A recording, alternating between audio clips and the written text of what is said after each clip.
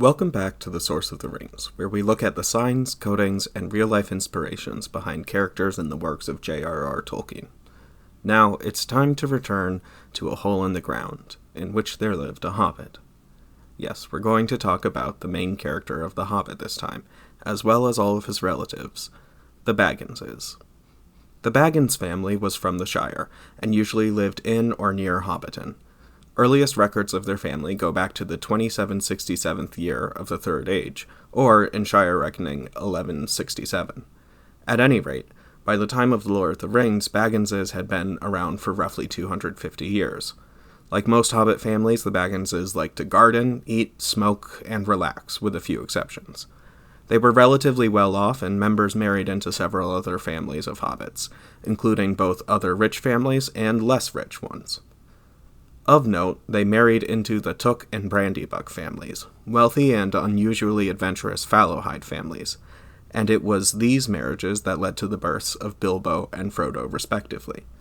Again, as typical hobbits, Bagginses didn't usually like adventure, but in the cases of those hobbits of Took and Brandybuck descent, they would often go off on adventures with Gandalf, in two cases participating in actions that would eventually save the world. So, what inspired the Baggins family? Well, the Shire was largely based on England.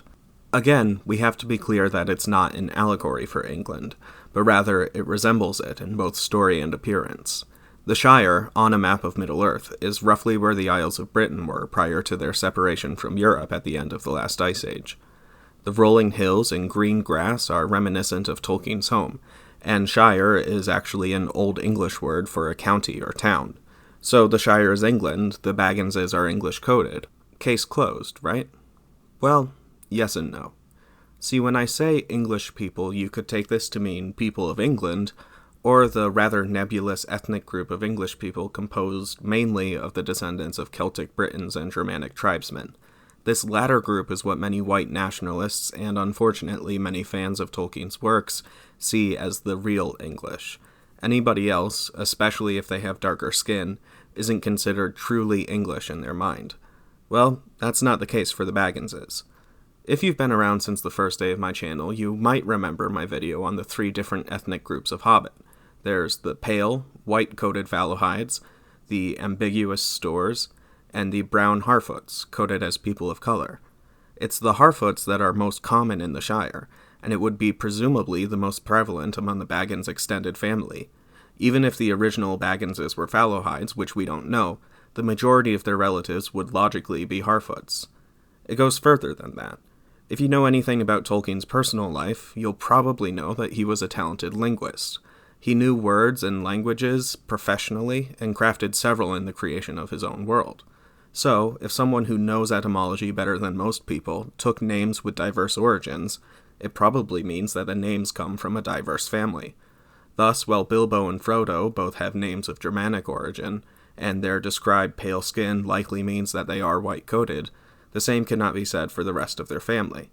Rosa Baggins, her granddaughter Esmeralda, and Sancho Proudfoot have Spanish names.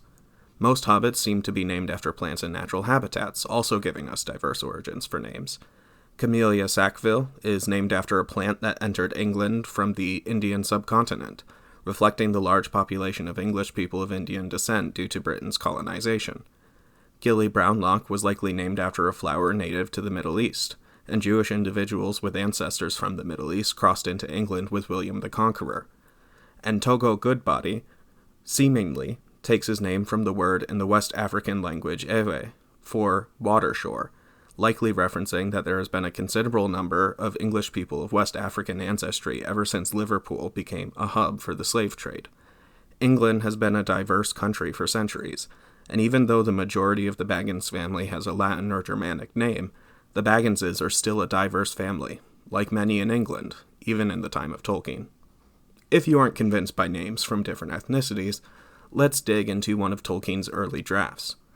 Back before he was sure who the main character would be, Aragorn's role in this story was filled by a hobbit named Trotter. Trotter had brown skin and 2 prosthetic feet. Prosthetics were invented in ancient North Africa, and Trotter, undeniably a hobbit of color, was to be a cousin to the Baggins character that would become Frodo. Now, all of this said, while the Baggins family is diverse, Tolkien is not perfect in his representation here. The heroic Bagginses, save the non-canon Trotter, are all part-took in Brandybuck, and thus fallow-hide, and thus coded as white. This is a recurring theme with Tolkien, and we'll get into it more in the next 2 seasons. Environment and communities may be quite diverse for the time, but the most heroic characters are often white, or at least described as pale. This is unfortunately still quite common even today in fiction by white authors, and while he does show a greater willingness to recognize diversity than many authors of his time, the point of this series is not to excuse or overlook Tolkien's racism. Rather, to address that, for all its faults, the legendarium contained diverse groups of people, and portraying the Shire as otherwise is nothing short of whitewashing.